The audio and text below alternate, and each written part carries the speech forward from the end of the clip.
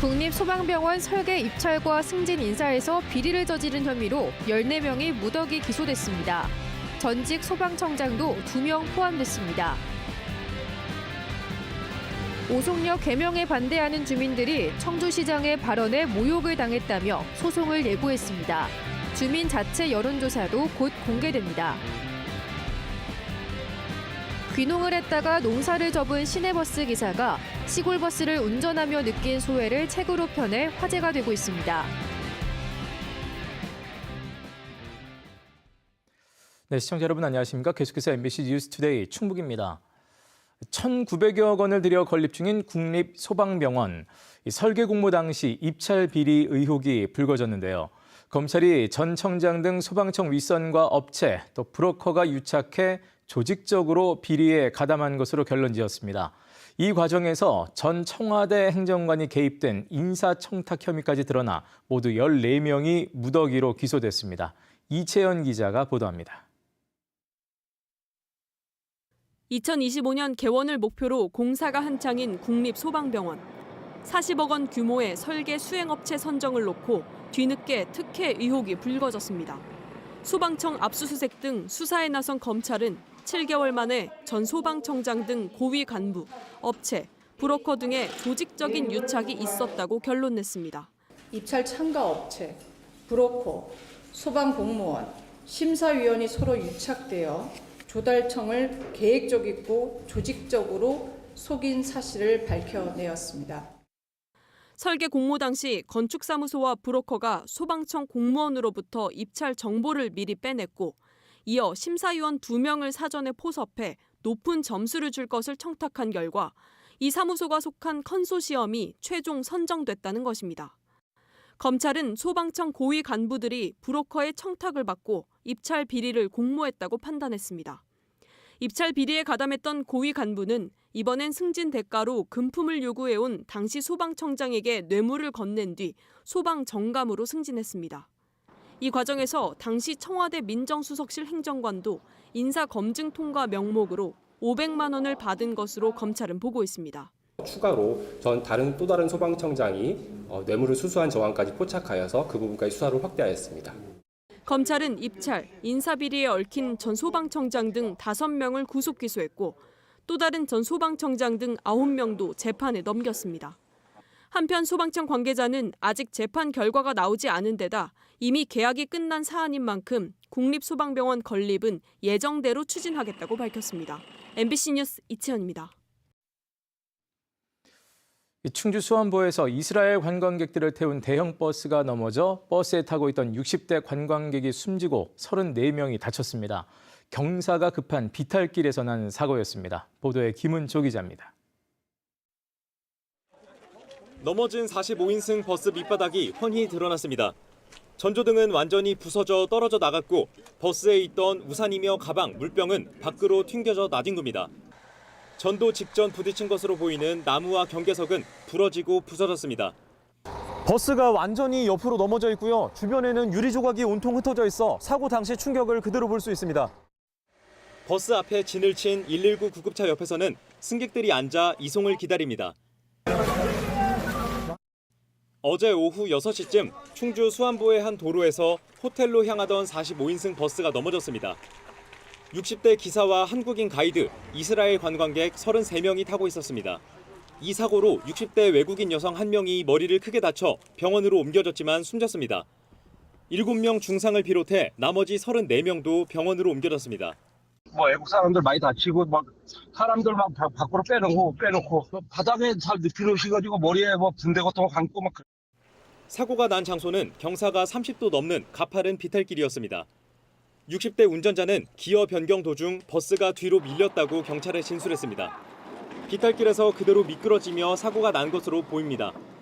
안전벨트를 매지 않은 게 피해를 키운 것으로 추정됩니다. 굉장히 경사로가 급하고 바로 우회전을 해야 되는 커브 구간인데 운전자 진술로는 기어 변속을 하고 있는데 차가 뒤로 후진을 했다. 관광객들은 10박 일정으로 입국해 부산과 경주 등을 돌고 충주에 들어섰다 변을 당했습니다. 경찰은 오늘 오전 차량에 기술적 결함이 없었는지를 살필 현장 감식을 진행할 예정입니다. MBC 뉴스 김우초입니다. 충북도의회가 징계를 받은 의원에게 의정비를 주지 않는 조례안을 입법 예고했습니다. 조례안 내용은 품위 유지를 위반해 출석 정지를 받으면 출석 기간 중 의정비를 전액 지급하지 않도록 해 절반만 주게 한 국민권익위 권고안보다 강화했습니다. 또 경고나 사과 징계를 받아도 2달 동안 의정비의 절반을 감액하게 됩니다. 도의회는 또 해외 연수 중 무리를 일으키면 최대 2년 이내에는 해외 연수를 갈 수 없도록 제한하는 조례안도 함께 입법 예고했습니다. 김꼬딤 도의원이 대표 발의한 이번 조례안은 오는 19일 열리는 임시회 기간에 심사할 예정이며 현재 해외 연수 추태로 징계 중인 박지연 도의원에게는 소급 적용되지 않습니다. 김영환 지사의 산불 술자리 논란에 진보와 보수 진영의 시민단체가 충돌하고 있습니다. 충북 시민사회단체 연대회의는 도청 본관 앞에서 기자회견을 열고 김영환 지사가 산불 진화 작업 중 술자리로 주민에게 상처를 주고도 변명과 거짓 해명으로 도민을 기만해 자격이 없다며 사퇴를 요구했습니다. 반면 충북 자유민주시민연합을 비롯한 보수 성향 단체들은 더불어민주당이 김 지사의 친일파 발언에 이어 산불 술자리까지 한 달 넘게 도민을 선동해 충북도정의 발목을 잡고 있다며 흠집을 만들어 키우지 말라고 주장했습니다. 오송역 개명을 추진하다 주민 무시 발언으로 논란이 된 이범석 청주시장이 후폭풍을 맞고 있습니다. 개명 반대 주민들이 모욕을 당했다며 1,000원짜리 손해배상 소송을 결정했고 청주시 조사를 반박하기 위한 찬반 여론조사도 의뢰했습니다. 정재영 기자가 전해드립니다. 약간 성향이 이상한 분들이 뭐 그런 작업을 하고 있긴 있는데 그건 무시해도 좋을 정도의 규모고. 오송역 개명 반대 주민들을 폄훼한 청주시장의 발언. 비공개 회의가 공개됐다는 해명은 반발을 더 키웠습니다.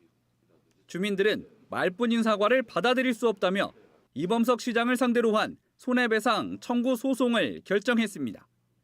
오송을 상징하는 의미로 소송 비용을 분담할 55명의 참여인단을 하루 만에 모집했습니다. 배상 청구액이 한 사람당 1,000원뿐인 이른바 1,000원짜리 소송. 소송 비용이 훨씬 더 들지만 돈 대신 시장 발언으로 훼손된 명예를 되찾겠다는 뜻이라고 밝혔습니다. 나도 대기하겠다. 딴 사람이 못한다 그러면 해달라는 분이 약 지금 17, 18분 정도. 청주시장의 발언 자체가 망언회였고요. 우리의 명예가 훼손되고 모욕감을 느꼈던 부분에 대해서 청주시장의 책임을 물으려고. 지난해 청주시가 발표한 오송역 개명 찬반 여론조사 결과에 대해서도 맞대응에 나섰습니다. 청주시가 했던 조사와 같이 시민 1,003명을 대상으로 한 여론조사를 전문기관에 의뢰한 겁니다. 찬성률이 78%를 넘은 청주시 여론조사에 문항과 방식을 두고 편파적이라며 문제를 제기해온 주민 모임은 당시 청주시가 별도의 설명 없이 청주 오송역 개명에 찬반을 물은 것과 달리 찬성과 반대 근거를 문항에 넣어 판단을 돕는 방식을 택했다고 밝혔습니다. 550만 원의 조사 비용 역시 주민들이 분담했습니다. 지난 7일부터 닷새 동안 ARS와 온라인 투표가 병행됐고 조사 대상 19,000여 명 가운데 1,003명이 응답해 조사는 끝난 상태입니다. 응대 사유에 대해서 정확히 모르고는 상태에서 진행한 여론조사였기 때문에 신빙성이 없다고 판단을 했고 청주시가 주장하는 찬성 의견과 그리고 반대 의견들 갖다가 섞어서 했을 때 어떤 결과가 나오는지 어떤 차이가 있는지 그걸 좀 알고 싶어서. 주민 모임은 유의미한 결과를 얻었다며 여론조사 발표와 손배소송 모두 해외 출장 중인 이범석 시장 귀국 후 진행할 것이라고 밝혔습니다. 또 자신들은 성향이 이상하지 않고 정치와 무관한 평범한 시민이라며 이 시장에게 보낼 좀 이상한 사람들이란 책도 준비했다고 덧붙였습니다. MBC 뉴스 정대영입니다. 충청북도가 셀트리온 제약과 5천억 원 규모의 투자 협약을 맺었습니다. 셀트리온 제약은 청주 오창에 본사를 둔 기업으로 오송 제3국가산업단지에 추가로 생산시설을 지어 바이오 의약품을 생산하기로 했습니다. 충청북도는 셀트리온 제약이 오송 제3국가산업단지에 투자를 결정한 첫 번째 기업이라며 국내외 유수의 바이오 기업을 추가 유치하겠다고 밝혔습니다. 충청북도는 670만 제곱미터 규모의 오송 국가산업단지를 계획하고 있지만 농림축산식품부가 절대농지 해제에 반대하고 있어 막바지 협상이 진행 중입니다. 충주 바이오헬스 국가산업단지의 운명이 다음 달 결정됩니다. 충청북도와 충주시는 바이오헬스 국가산업단지 계획이 관련 부처 인허가 협의를 모두 마치고 국토교통부의 심의만 남았다고 밝혔습니다. 이에 따라 다음 달 중앙산업단지 계획심의위원회 심의를 통해 최종 승인 여부가 나오게 됩니다. 충주 바이오헬스 국가산업단지는 대서원면 일대 220만 제곱미터에 오는 2029년까지 조성하는 계획으로 바이오 의약품과 의료, 정밀, 광학기기 등의 업종을 유치하게 됩니다. 괴산의 한 시내버스 기사가 책을 냈습니다. 10여 년 전 도시에서 귀농했다가 농사를 접고 4년 전부터는 시내버스를 운전하고 있는데요. 시골버스를 운전하면서 만난 사람들과 본 풍경, 또 느낀 생각을 담담하고 재미있게 적어내 화제가 되고 있습니다. 이승준 기자입니다. 시골 버스는 이제 비포장길로 다니지 않습니다. 그러나 차 한 대 겨우 다닐 정도의 좁은 도로가 많습니다. 4년 전 시내버스 운전을 시작할 당시 농기계라도 만나면 진땀을 흘리기 일쑤였습니다. 지금은 좁은 마을회관 앞 공터에서 능숙하게 차를 돌립니다. 운전이 익숙해진 만큼 승객도 많이 만났습니다. 도시에서 못 배웠던 거를 이 시골버스 기사를 하면서 어르신들이나 여기 타시는 승객분들한테 많이 배웠어요. 세상을 보는 시야가 바뀌었고요. 그러니까 위에만 쳐다보고 욕심 내고 이런 부분은 없어진 것 같고요. 한기영 기사는 주로 버스에서 글을 씁니다. 잠시 쉬면서 혹은 목적지에 도착해 스마트폰에 적습니다. 가장 많은 시간을 보내며 보고 느끼는 공간이기 때문입니다. 방금 전에 경험했던 어떤 그 상황들이 머릿속에 그려지니까 그리고 또 저는 또 재밌고요. 그 짧은 시간에 이렇게 조금 쓰다가 어떤 때는 한 2줄 쓰다가 갔다 와서 다시 한 10줄 쓰고 다시 또 한 줄 쓰고 이런 경우가 많습니다. 시골 버스를 이용하는 승객 대부분은 노인이나 형편이 넉넉하지 않은 교통 약자들.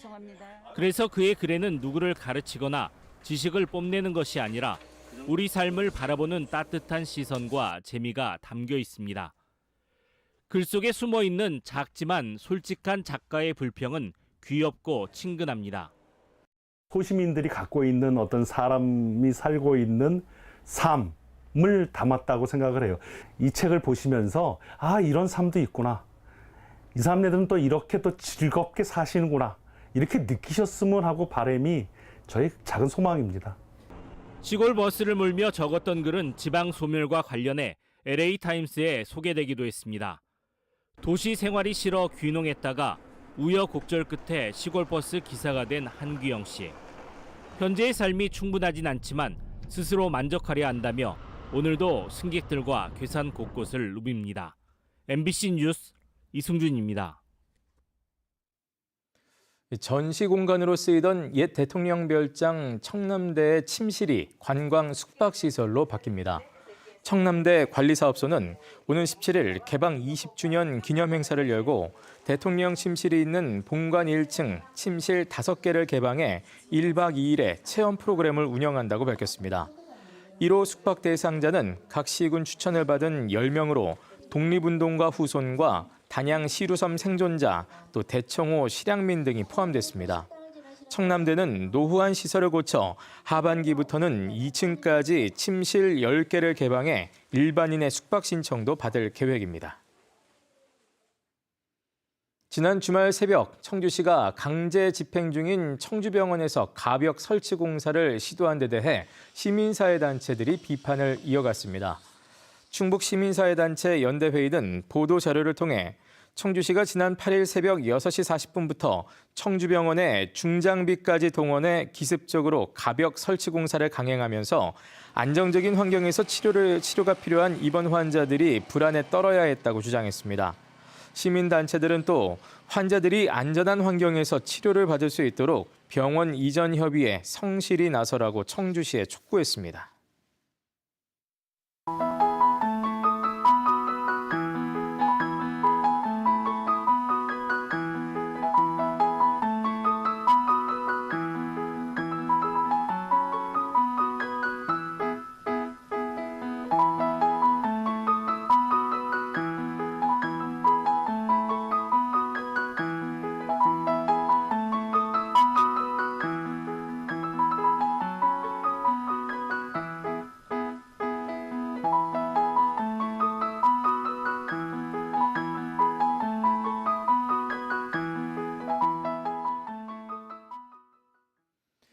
중부권 최초의 국립등산학교를 유치한 보은군이 중부지방산림청과 사업 추진을 위한 협약을 체결했습니다.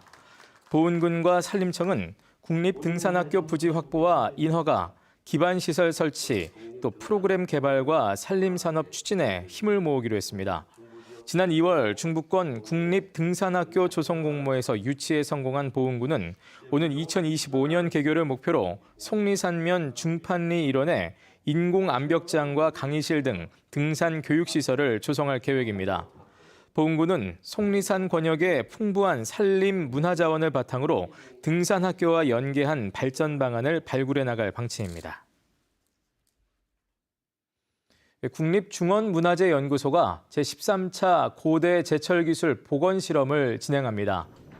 이번 재련 실험에서는 충주 칠금동 제철 유적에서 확인된 백제 재련로를 모형으로 제작한 실험로에 철광석과 숯을 넣고 불을 피워 괴련철을 만들게 됩니다. 이번 실험에서는 또 직전 실험에서 확인된 문제들을 보완해 재련로 내부의 적정 온도를 유지할 수 있도록 관찰하고 양방향에서 들어오는 바람이 맞부딪히지 않도록 번갈아가며 송풍합니다. 놀이교육지원센터와 학부모 성장지원센터가 충주 옛 대서원 초등학교에 문을 열었습니다. 충청북도교육청이 어린이 놀이공간 제공과 학부모 연수를 위해 전국에서 처음으로 설립한 놀이교육지원센터는 전래놀이와 책놀이, 요리놀이 등 다양한 프로그램을 운영하며 교사 연수와 교육자료 개발도 맡게 됩니다. 또 학부모 성장지원센터는 학부모 힐링과 자녀교육, 공예 등 만들기 체험을 비롯해 다양한 학부모 연수 프로그램을 제공합니다. 옥천군이 여는 첫 유채꽃 축제가 내일부터 한 달 동안 동이면 금암리 금강 일원에서 열립니다. 제1회 향수옥천 유채꽃 축제 개장식은 오는 22일 오후 2시로 전자현악과 팝베라 공연 등 축하 무대가 펼쳐지고 먹거리 장터와 푸드트럭도 운영됩니다. 옥천군은 지난해 가을 향수옥천 유채꽃 단지 8.3헥타르에 1,000kg의 유채 종자를 파종했습니다. 네, 뉴스를 마칩니다. 고맙습니다.